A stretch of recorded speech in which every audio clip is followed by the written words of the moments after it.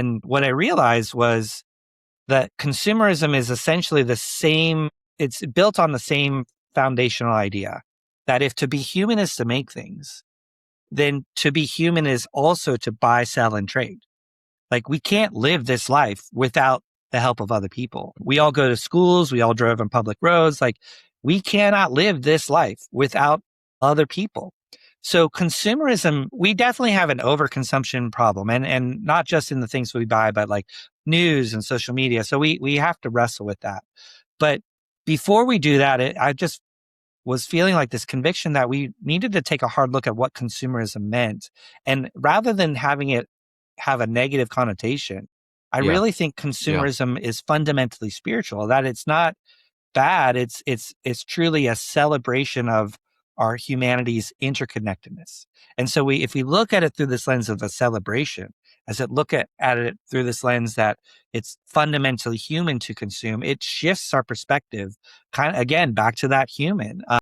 It shifts the perspective of we're buying from each other, we're supporting each other, we all want the same thing. We all want just a better life for the next generation, for our kids and education and access to healthcare, all that kind of stuff.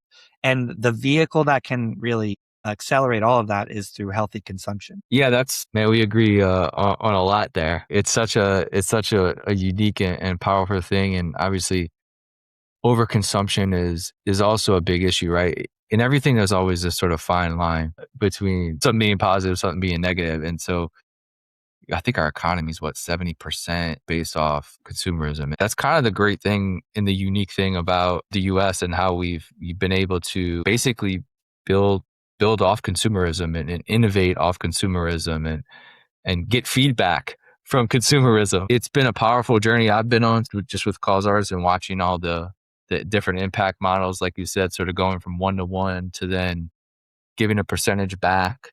And now I think it's really rooted in what like you're doing at Terza. It's like, how can we just build a simplified business model that across the entire business ecosystem, it treats everyone with respect and well-being and the sort of the golden rule aspect, and trying to find ways to improve every year. Again, just going back to athlete, they're in the off season, they're going to try to work and figure out something to add to their game or their ability.